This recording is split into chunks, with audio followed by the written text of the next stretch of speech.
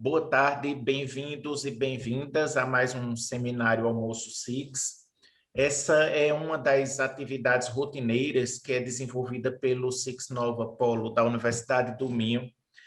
Hoje eu vou apresentar, mas geralmente quem apresenta é o Rodrigo Rodrigues, que está tomando a vacina, então por esse motivo hoje não vai estar aqui conosco nesse momento.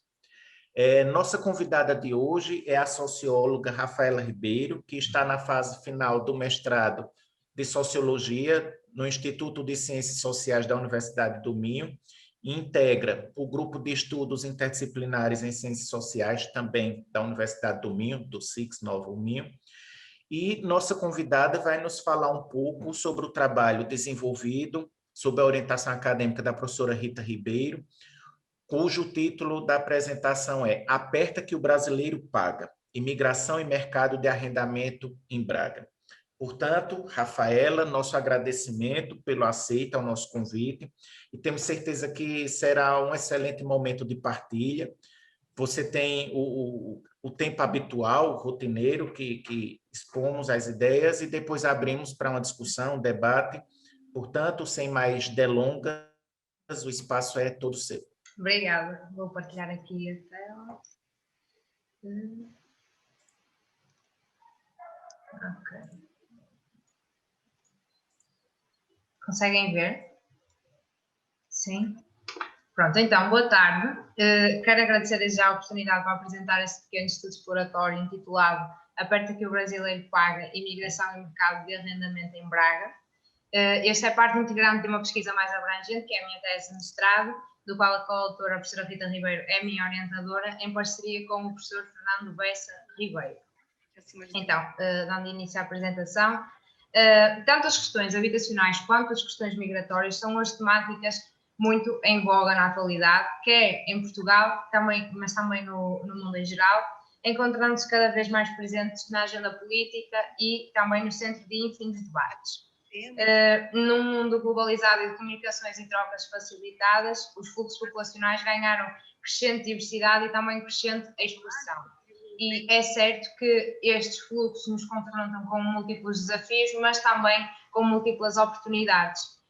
Um desses desafios diz precisamente respeito à questão da inclusão da população migrante, que se caracteriza por ser um processo complexo, multissetorial, afeto a diversas dimensões da vida dos imigrantes, como, por exemplo, o mercado de trabalho, o acesso a cuidados de saúde, à educação, ao alojamento, entre outros. No que se refere à questão da habitação em particular, esta é uma necessidade humana básica, fundamental, e, assim sendo, é também geralmente uma das prioridades a solucionar quando da chegada ao país de destino ou de acolhimento, não raramente a parte da inserção laboral. Tendo em vista solucionar esta questão, podemos estar cientes de que as escolhas habitacionais dos imigrantes são determinadas por diversos fatores, entre os quais se encontram a permanência planeada, o tempo de permanência planeado, o dinheiro disponível, o acesso a informações e o estatuto e também o status de imigração, que pode, por exemplo, inclusive determinar a elegibilidade ou não para habitação social. Além disso, frequentemente estes indivíduos ocupam uma posição mais vulnerável perante o mercado habitacional, alimentadas por problemas de transparência do próprio mercado, incluindo no acesso à informação e pelos problemas de discriminação e exclusão. Além disso, o mercado de arrendamento é também o mais interessante para os recém-chegados, principalmente para aqueles que planeiam, pelo menos numa primeira fase, ficar apenas temporariamente. Daí eu ter priorizado precisamente este segmento do mercado. Ademais, os imigrantes são inclusive desproporcionalmente dependentes do arrendamento privado, sendo difícil o acesso à habitação pública, ainda para mais em Portugal, onde o parque público habitacional é ínfimo, rondando apenas cerca de 2%. Além disso, os indivíduos migrantes tendem ainda a sujeitar-se a viver em acomodações abaixo do padrão médio das condições, mais caras e mais mal situadas, mais mal conectadas a nível de transportes, serviços e infraestruturas. Ora, apesar do que efetivamente se verifica, a lei reitera a ideia da não discriminação no acesso ao arrendamento e habitação em geral, ideia essa presente em vários instrumentos legais, quer internacionais, quer nacionais, como a própria Constituição Portuguesa, onde é referido que, no artigo 65, Habitação e Urbanismo, onde é referido que todos têm direito para si e para a sua família a uma habitação de dimensão adequada, em condições de higiene e conforto e que preserve a intimidade pessoal e a privacidade familiar. E também, por exemplo, no Código Civil, no artigo 1067-A, onde é referido que ninguém pode ser discriminado no acesso ao arrendamento em razão do sexo, ascendência, origem étnica, língua, território de origem, nacionalidade, religião, crença, convicções políticas ou ideológicas, género, orientação sexual, idade ou deficiência. Então, apesar de prevista na lei e punível por lei, a discriminação no acesso ao arrendamento prevalece. E ela prevalece precisamente porque, não raramente, os imigrantes são também frequentemente desinformados quanto aos seus direitos, tolerando ou banalizando certas situações que não seriam tão toleráveis assim. Estas dificuldades acrescidas na hora de arrendar empurram estes grupos para determinadas zonas da cidade, afastando-os da integração territorial e, por conseguinte, pondo em causa a sua própria integração social, persistindo comportamentos de segregação. Então, com o intuito de compreender como é que as questões da discriminação no arrendamento se processavam na cidade de Braga, no que se refere à comunidade brasileira, foi então conduzida uma pesquisa de tipo qualitativo e de caráter exploratório, recorrendo ao método de estudo de caso. Foram, com esta finalidade, realizadas 8 entrevistas virtuais semi-estruturadas, devido ao contexto pandémico, com recurso à plataforma Zoom Colibri, a imigrantes brasileiros e brasileiras residentes no município de Braga que sofreram de discriminação no momento de arrendar casa.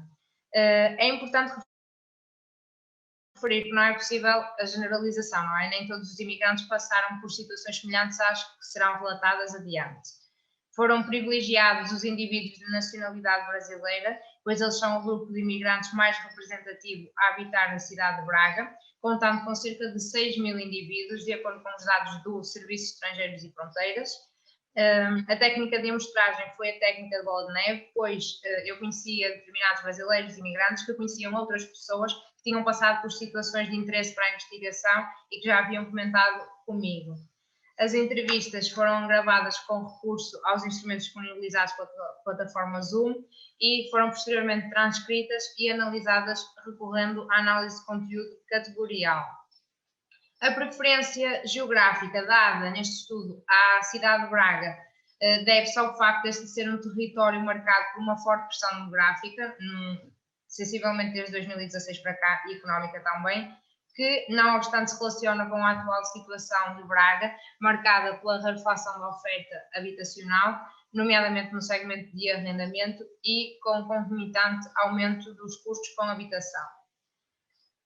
Foram então entrevistados 8 indivíduos, 4 mulheres e 4 homens. A média de idade dos entrevistados é de 31,7 anos. Todos eles tinham, no mínimo, licenciatura concluída e a maioria assume-se como heterossexual. Tem aqui um erro na distribuição das cores do gráfico, que eu esqueci-me de corrigir. Relativamente à atividade que exercem em Braga, 2 dos indivíduos são trabalhadores, 6 são estudantes, sendo que 3 destes conciliam os estudos com alguma atividade profissional. O tempo médio de permanência em Portugal é de 27 meses e em Braga em particular de 23 meses, uma vez que nem todos os entrevistados vieram diretos para Braga. Alguns deles vieram para Braga fugindo ao custo de vida de outras cidades, nomeadamente Lisboa, e atrás de propostas de trabalho, bem como a maioria veio realmente por conta da universidade, assumindo-se assim a universidade como um fator central para a atratividade para a cidade. Quando questionados acerca do acolhimento em Portugal e em Braga em particular, as opiniões são bastante divididas. Alguns dos entrevistados afirmam que há certos fatores que influenciam a experiência de acolhimento, como, por exemplo, a região onde nos encontramos, se esta é mais rural ou mais citadina ou cosmopolita. O imigrante em questão, eles acreditam que há diferenças no tratamento em função do status que é atribuído a determinado imigrante, como por exemplo se é imigrante alemão ou inglês, ou se é brasileiro ou ucraniano. Da geração a que nos referimos, pois dizem que as gerações autóctones mais velhas têm mais resistência em aceitar a sua presença. E, por fim, se falarmos a nível legal ou a nível cultural, pois eles alegam que legalmente Portugal é muito apelativo e acolhedor, mas culturalmente nem tanto. No que concerne à discriminação no arrendamento propriamente dita, que efetivamente prevalece, os episódios de discriminação relatados são vários e de variados tipos, encarnam variadas formas e muitas vezes são extremamente velados, fáceis de dissimular ou encobrir através de falsas justificativas, sendo assim particularmente difícil de se provar ou erradicar. Como afirma o entrevistado 7, é difícil dizer com exatidão ou certezas, pois afinal são poucas as pessoas que quebram a barreira da educação socialmente instituída e são discriminadoras na nossa carne. Entre estas formas de discriminação no arrendamento em carne, encontramos, por exemplo, a burla, que é um crime punível por lei e, de certa forma, se refere ao aproveitamento ao aproveitamento pelo desconhecimento por parte do imigrante.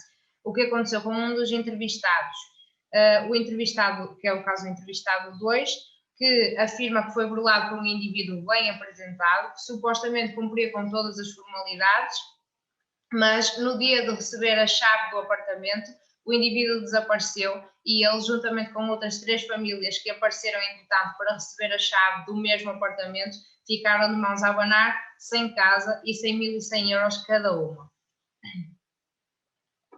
Outra das formas que a discriminação no arrendamento assume, talvez ainda mais direta, é a recusa em arrendar devido à nacionalidade. Aqui trago 2 relatos de 2 mulheres, uma delas entrevistada 3, casada com um português. Ambas referem que sempre que o seu sotaque não era disfarçado ou não conseguiam disfarçar, como faziam enquanto falavam por SMS ou e-mail, elas não conseguiam arrendar casa, sendo-lhes dito que a casa já não se encontrava disponível, mesmo que elas tivessem contactado logo de seguida a publicitação do imóvel online. Aliás, a entrevistada 3 refere que se o marido, que é português, ligasse logo de seguida, o parecer do senhorio ou da imobiliária já era favorável, escancarando aqui claramente a discriminação e a não receptividade em arrendar para brasileiros. Passo a ler, por exemplo, o excerto da entrevistada 3, onde ela diz que tem 2 situações mais comuns. Uma é quando a gente contacta um imóvel que acabou de ser divulgado ou que a gente sabe que está disponível. Quando eu mando mensagem, por exemplo, como eu sou formada em letras, quando eu escrevo não é perceptível que sou brasileira dentro das formalidades. Então, quando eu contacto por mensagem, a recepção é: ok, está disponível, venha aqui ver. Só que quando eu ligo e aí o sotaque já não é disfarçado, aí já não está disponível. Entretanto, se o meu companheiro liga para o mesmo imóvel, aí eles já conseguem agendar uma visita. Assim como a entrevistada 4, que refere que eu sempre procurava escrever, porque quando as pessoas percebiam o meu sotaque, elas perdiam o interesse em arrendar. Por exemplo, eu mandei um e-mail para a imobiliária, o imóvel estava disponível sim, mas quando eu cheguei na imobiliária para ver o imóvel, passou-se a mesma situação. Ah não, a casa já foi arrendada. E daí passaram-se 2 semanas e a casa continuava no site da imobiliária sendo oferecida e novamente eu fiz a mesma coisa, só que por outro e-mail. Perguntei se estava disponível e disseram que estava. Voltei a marcar com a imobiliária. Quando eles viram que era eu novamente, um dos atendentes falou: não é porque é brasileira que a gente não quer alugar, a gente arrenda para brasileiros também. Mas é que os donos das casas, eles não gostam muito de arrendar para brasileiros. Então, é claro. Este tipo de discriminação traduz também na cobrança de valores diferentes para estrangeiros e nacionais, e isto apareceu em praticamente todos os relatos. Temos aqui um relato do entrevistado 5, que afirma que o valor cobrado para brasileiros e brasileiras era superior a 70 euros quando comparado com o que era cobrado para portugueses. O relato vai ao encontro daquilo que foi dito no pequeno enquadramento teórico previamente feito, onde afirmamos que geralmente os migrantes pagam mais por locais com condições piores. Como afirma o entrevistado 5, eu pagava a mesma coisa que a portuguesa, No entanto, o quarto dela tinha móveis, o dobro do tamanho e uma cama de casal. As espanholas pagavam mais por um quarto menor. O meu era de frente para o bar mais movimentado da universidade. Lembro-me claramente que quando era um grupo de portugueses o preço dito era 180 euros. Quando era brasileiros mudava para 250 e por fim todo o apartamento foi ocupado por brasileiros. Ainda outra forma que este tipo de discriminação encarna é o descrédito, a desconfiança ou a insegurança a arrendar para brasileiros ou brasileiras. A entrevistada 3 conta-nos que, por exemplo, quando está sozinha, quando não está acompanhada de nenhum português, e aí direcionado ao facto de ela ser mulher, existe claramente, embora não se toque no assunto, um cuidado pela imagem relacionada à brasileira puta, que nunca sabem se sou ou não, e eles fazem muitas perguntas sobre o trabalho dela, não é? Que é para ter a certeza que está a falar a verdade e que provavelmente decorrente do medo que ela vai transformar a casa num bar de alterno. E se tivermos em atenção este excerto que foi escolhido, isto é claramente herdado do imaginário tóxico, herdado já da época colonial e reforçado em vagas migratórias anteriores, nomeadamente na segunda vaga migratória brasileira para Portugal, quando se dá a proletarização da migração brasileira, e que ainda hoje é alimentado acerca do que é ser imigrante brasileiro e mulher brasileira em particular, temática sobre a qual existe muita produção académica que infelizmente não é possível abordar aqui toda, mas com certeza já todos ouvimos falar, sendo a mulher brasileira comumente hipersexualizada, exotizada, conectada à prostituição, etc. E isto permite-nos estar cientes de que a mulher migrante enfrenta obstáculos redobrados, o facto de ser mulher e ser migrante, e neste caso ainda ser migrante brasileira. Por fim, este tipo de discriminação traduz também em preços ou exigências exageradas ou ilegais, sendo o caso mais comum entre os relatos a cobrança de um número de rendas adiantadas ilegítimo, geralmente 6 meses a 1 ano, quando legalmente, de acordo com o artigo 1076 do Código Civil, o senhorio pode pedir apenas até 3 meses de renda adiantada. Na situação relatada no primeiro excerto, chega a ser exigido 1 ano de pagamento de rendas adiantadas, sendo que também esta forma de discriminação se relaciona com a questão do desconhecimento de direitos por parte destas comunidades. Neste relato é particularmente interessante quando a entrevistada 4 afirma que o próprio senhor da imobiliária, da empresa que eu contratei, ele falou: nós sabemos que não é legal, mas é uma prática habitual. E ele mesmo falou a seguinte frase, mesmo assim, que não era ele que dizia, mas sim um colega dele que mexe com imóveis. Pode apertar que o brasileiro paga o que for preciso, pode pedir que o brasileiro vai dar um jeito e vai pagar. Então é complicado. A gente sente que existe sim um lado muito comercial em cima dos brasileiros. Acho que nós viramos uma mercadoria, sabe? Aperta que o brasileiro paga. Eu ouvi isso do próprio senhor da imobiliária. Ou seja, mesmo reconhecendo que não é legal e não é ético até, esta é uma condição para conseguir arrendar, à qual eles se veem obrigados a ceder ou a sujeitar, pois a habitação não é algo que seja adiável, é algo urgente de ser resolvido, quer já estejam em território do país de acolhimento, quer estejam ainda no seu país de origem. No que concerne às justificativas apresentadas pelos senhorios para o ato discriminatório, isto é, quando é efetivamente apresentada alguma justificação e, embora essa justificação nunca seja apresentada diretamente, mas sim sempre de forma indireta ou velada, o que evidencia desde logo uma posição de consciência perante o ato discriminatório, mas que mesmo assim não o impede, essas justificativas são sempre relacionadas ao imaginário cultural existente, relacionadas, uma vez mais, em primeiro lugar, à ideia do que é ser mulher brasileira, ligada às questões da colonialidade de géneros, como a professora Maria Lugones trabalha, inseparável da colonialidade do poder, do ser e do saber, trabalhada por Quijano, Mignolo, Lander, que é a ideia de que oficialmente o colonialismo terminou, mas o reflexo dele mantém-se ainda vivo a vários níveis, essencialmente do discurso e da prática. São justificativas ligadas à hipersexualização da mulher brasileira, ligada ao imaginário herdado de vagas anteriores, nomeadamente da vaga onde se deu a proletarização, como já referi há pouco, do brasileiro malandro, onde foi criada a representação do brasileiro enquanto brasileiro malandro, que ludibria, precário e pobre na Europa, que vai deixar de pagar a qualquer momento, e ligado ao imaginário cultural conectado com a ideia do exótico, do exagerado, do espetáculo, forró, o samba, o carnaval, e assim recorrem à generalização, sendo o brasileiro em geral fantasiado negativamente, como vemos, baseado em mitos e falsas narrativas estereotipadas e generalizantes.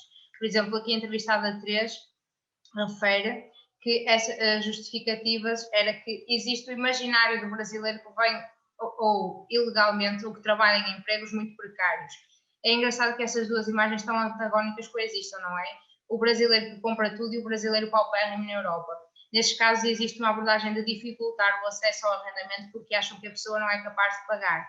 Aqui, quando ela refere que estas duas imagens tão antagónicas coexistem, ela tinha acabado de contar várias situações em que ela estava, por exemplo, numa paragem de autocarro e as pessoas apercebiam-se que ela era brasileira e começavam a militar com ela porque a culpa dos preços das casas estarem tão altos era dos brasileiros, porque vinham para aqui e compravam tudo. Mas ao mesmo tempo ninguém lhes arrenda a casa porque desconfiam que eles vão deixar de pagar porque não têm dinheiro para pagar. E tem, por exemplo, aqui o outro relato dela, onde ela menciona o que o senhorio dizia quando ela entrou em contato com ele, que não arrendo casa para brasileiros porque aqui é uma zona calma, os vizinhos são muitas vezes quietos e os brasileiros costumam fazer muitas festas e nós temos uma moradia familiar. Aqui, e relacionado ainda a esse imaginário já mencionado e aos estereótipos e preconceitos a ele associados, é curioso como vários entrevistados referem que alguns portugueses conhecidos diziam frequentemente: eles são assim, mas você é diferente deles. Precisamente aquilo que a Grada Quilomba chama de fobia racial seguida de recompensa, que é a perpetuação da atitude discriminatória seguida de uma recompensa com o intuito de disfarçar ou eufemizar aquilo que foi previamente dito. Como refere a entrevistada 3, sempre ouvia muito discurso contra imigrantes do lado, naquele sentido de não, mas você é meio diferente, só que eles costumam ser assim e assado. Então, existe um discurso que ataca o imigrante diretamente, mas não eu, porque eu sou diferente. É que você nem parece. Sabe que as brasileiras que vêm para aqui, normalmente, ou elas se vestem de modo muito exagerado, ou seja, andam muito produzidas, ou elas se vestem de modo completamente descuidado. E você não é nenhuma dessas, você é normal. E cai de novo naquele discurso de a maioria é ruim, mas você é diferente deles. São situações assim. Quando questionados acerca do recurso a alguma entidade, organização ou organismo para apresentar queixa, apenas um dos migrantes lesados o fez. E é curioso porque foi apenas aquele que foi burlado e diretamente lesado no bolso, ou seja, financeiramente lesado. Esse entrevistado reportou o caso à Polícia de Segurança Pública, apresentou queixa e está agora a aguardar julgamento. Os restantes 7 enunciam determinados motivos que, não obstante, se sobrepõem, pelos quais não apresentaram queixa, entre os quais os mais comuns foram precisamente a banalização da situação, a descrença nos meios de resolução e a perda de interesse em arrendar a casa com alguém que é claramente xenófobo. A estes motivos somam-se posteriormente o medo da retaliação, porque tinham aceito o contrato e tinham medo que o senhorio fizesse algo para os prejudicar, uma mudança de atitude por parte do arrendatário, o facto do imigrante não se encontrar em Portugal no momento do ato discriminatório e, por fim, o desconhecimento dessa possibilidade. Este excerto aqui apresentado agrega esses vários motivos e acrescenta uma outra questão: o facto da discriminação ocorrer em diversos domínios e não só no domínio da habitação. E, de facto, todos os imigrantes alegam ter sofrido discriminação noutros contextos diversos, como, por exemplo, no dia-a-dia, no local de trabalho, nos serviços e até mesmo no contexto académico, inclusive por parte de professores e funcionários. Passo a citar: a discriminação é tão banalizada e existe em tantos níveis que parece que não faz sentido perder tempo com aquilo, apesar de ser recorrente, apesar de reconhecer que isso dificulta o acesso das pessoas a uma casa e a habitação não é uma coisa opcional, é algo que a gente precisa. Então fica aquela sensação de que não vale a pena perder o meu tempo, até porque tenho uma questão mais urgente para resolver, que é precisar de uma moradia, e então eu vou simplesmente passar para a frente e tentar encontrar algum senhorio ou agente imobiliário que não encontre entraves no facto de eu ser brasileira. No que respeita às condições perante o arrendamento, A maioria arrendou casa ou tentou arrendar diretamente com um senhorio, sendo que apenas 2 recorreram a consultores imobiliários, e a maioria considera também que o valor cobrado mensalmente pelo espaço que pretendiam arrendar era adequado às condições que eram oferecidas. Aqueles que consideram o valor desadequado afirmavam que, face ao magro salário oferido mensalmente, o esforço para manter a habitação era muito grande. No que concerne à oferta ou não de contrato formal, apenas 3 não possuíam contrato, sendo que os senhorios justificavam que não iriam registrar o contrato porque pagariam mais impostos e, por conseguinte, lucrariam menos. Isto coloca estes indivíduos numa situação de desproteção acrescida, inclusive sem possibilidade de reclamar dos seus direitos. Quanto às percepções particulares, todos conheciam pelo menos uma pessoa que tivesse experienciado pelo menos uma situação de discriminação no arrendamento. Quando questionados sobre os aspectos que contribuem para este tipo de discriminação em particular, enunciaram a nacionalidade, o género, a classe e o status social, questões étnicas e raciais e, por fim, a ganância capitalista.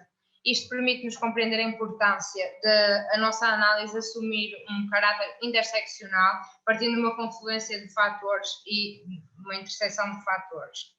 Além disso, e para finalizar, alguns dos entrevistados possuem uma percepção da alteração do perfil do brasileiro ou da brasileira, acompanhando a ideia da emergência de uma nova vaga, uma terceira vaga, mais diversa na sua composição, como alega a própria professora Beatriz Padilha e a professora Thais França, com os quais eu concordo, num texto datado de dezembro de 2018. O entrevistado 5 refere que ouvi algumas vezes que o tipo de brasileiro que vem para cá agora é diferente. As pessoas com quem eu conversei, portuguesas, falavam que antes, na década de 90 e até no começo dos anos 2000, os brasileiros que chegavam tinham um perfil muito bem traçado. Eles falaram dos 3 P's: putas, pais de santo e paneleiros. E sei lá, acho que essa nova onda tem pessoas que vêm para Portugal para estudar, para fazer mestrado, investir, com intenções de construir algo mais sólido, não só com a ideia de ficar temporariamente, mas para estabelecer-se, para estabelecer vida. Por fim, deixamos aqui algumas ideias que poderiam ser materializadas na forma de políticas públicas, tendo em vista combater as situações de abuso e discriminação neste contexto e expostas durante esta apresentação, mas lembrando que este tipo particular de discriminação não ocorre apenas para com os indivíduos imigrantes, mas também com outros grupos frequentemente estigmatizados e vulnerabilizados, como por exemplo o caso dos indivíduos da etnia cigana, que penso que ser ainda mais escandaloso do que com os imigrantes, ou os indivíduos cuja sexualidade não corresponde aos padrões heteronormativos dominantes. Estas ideias ou políticas deviam ser implementadas não só com o auxílio do Estado Central, que não obstante é um fator fulcral neste espectro, mas também com o auxílio de outras entidades e organizações como municípios, associações de imigrantes, organizações não governamentais, IPSS e as próprias comunidades migrantes. Primeiramente, revela-se fulcral a implementação de políticas governamentais para regular os preços e fiscalizar abusos no setor habitacional, que hoje padece de uma nova crise, com preços especulativos predatórios. Que hoje padece de uma nova crise com preços especulativos predatórios alimentados pela procura incessante de lucros e pelas dinâmicas mercantis típicas das sociedades capitalistas que se vêm afirmando nas nossas cidades. Em segundo lugar, seria interessante investir em ações ou campanhas de consciencialização e aceitação, sensibilizando os autóctonos para a chegada destes fluxos, até porque esta é uma realidade incontornável dos nossos tempos. Já no sentido de reverter a frequente desinformação da população migrante, apelamos à promoção de campanhas de informação e esclarecimento junto destas comunidades e, ademais, dever-se a procurar a efetivação das sanções previstas na lei para a prática de burla e discriminação, alargando e melhorando inclusive os canais de reclamação ao dispor destas comunidades. E, por fim, apostar no desenvolvimento e materialização de determinadas políticas de integração de imigrantes que, não obstante já existirem, precisam de ser mais eficazes, promovendo uma mudança efetiva da política no terreno. e manter vigilância sobre os discursos de ódio contra migrantes e minorias. E com isto termino. Obrigada. E estou disponível para responder a qualquer questão. Obrigado, Rafaela, pela exposição e pelo trabalho desenvolvido. Você faz um panorama, não é, do mercado de arrendamento aos imigrantes e a qualidade do que é arrendado, além do acesso e formas de atuação nesse cenário. São formas de olhar, sobretudo por parte de quem arrenda, não é? Foram observadas nesse sentido. Sim. Por parte do imigrante e da imigrante, e revelam que, apesar de leis que coíbam e punam a discriminação, essa prática ainda é um obstáculo a ser superado. Só para chamar a atenção um pouco no início das perguntas, vou fazer um comentário rápido, é mais nesse sentido, de uma dúvida, o fato de não ser português, isso facilita. Você falou sobre os canais de reclamação. Você pode falar só um pouquinho, citar quais são esses canais de reclamação que podem ser acessados? E aqui tem um comentário de Lucas Pires, que pede desculpas, não poder continuar a participar. Parabéns a Rafaela pelo excelente trabalho, realmente bem fascinante o tema do trabalho e exibe um enquadramento teórico notável exposto na apresentação. Partilho da ideia dele também, do comentário. Obrigado. Não sei se a gente se já comenta agora ou se alguém quer colocar alguma questão de início também. Fiquem à vontade também para usar o chat, fiquem como acharem melhor. Pronto, Rafael, eu acho que pode ser já essa que pus. Pronto, então, quanto aos canais de reclamação que eu tenho conhecimento, o mais comum são os canais tradicionais, não é? A PSP, que foi até o canal ao qual recorreu o entrevistado que foi burlado, e sei também que eles podem recorrer ao SOS Racismo e também a um departamento da APAV, da Associação Portuguesa de Apoio à Vítima, que é destinada ao apoio aos imigrantes e contra a discriminação dos imigrantes, que não me consigo recordar do nome. É uma unidade da APAV, não consigo recordar agora do nome, mas talvez pudesse, por exemplo, existe a Casa do Brasil em Lisboa, talvez a mobilização dessas associações, sei lá, em Braga tem a UAI, assim, a mobilização dessas associações de migrantes para a sensibilização da própria população migrante acerca do ato discriminatório e para os incentivar a apresentar queixa, talvez esses pudessem ser novos canais de reclamação, não é? Não sei se respondi à tua questão.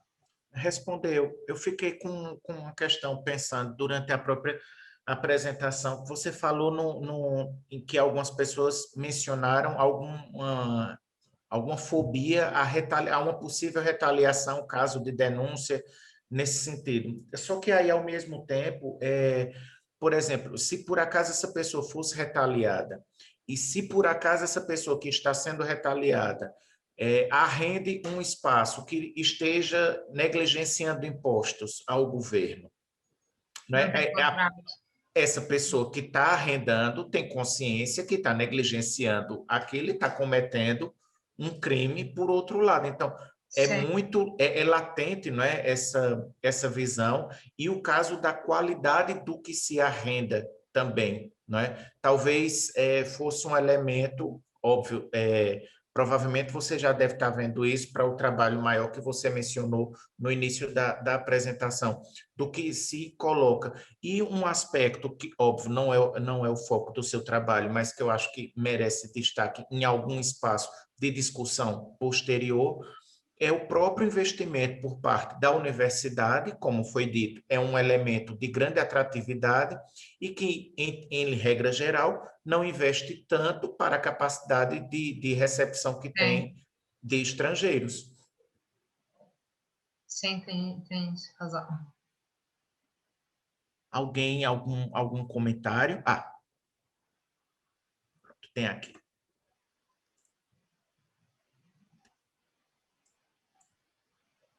Deixa eu ler. Sendo um estudo de caso, qual é o particularismo da cidade? Foi por Rui Vieira Cruz, para a cidade de Braga.